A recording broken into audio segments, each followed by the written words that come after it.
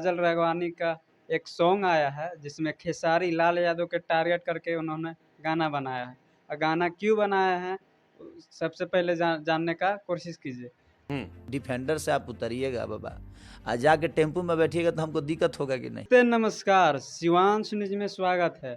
आज बात करने वाले हैं काजल राघवानी का एक सॉन्ग आया है जिसमें खेसारी लाल यादव के टारगेट करके उन्होंने गाना बनाया है।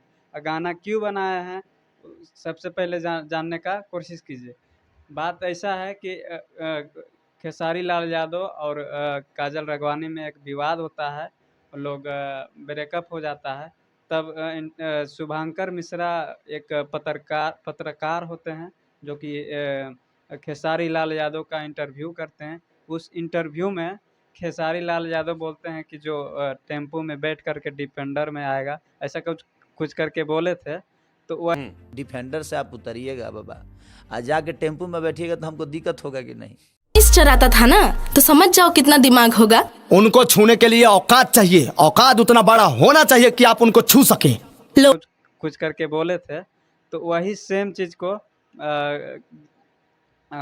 काजल राघवानी उन्होंने जवाब में गाना गाया है खेसारी लाल यादव का टारगेट करके।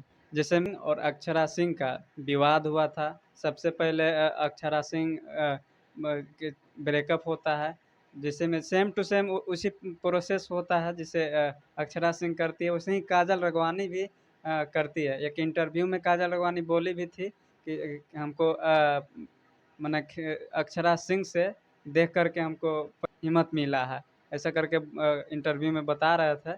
तो ये बहुत ही गलत है, क्योंकि किसी को टारगेट करके गाना बनाना ये बहुत ही गलत है, नहीं करना चाहिए था।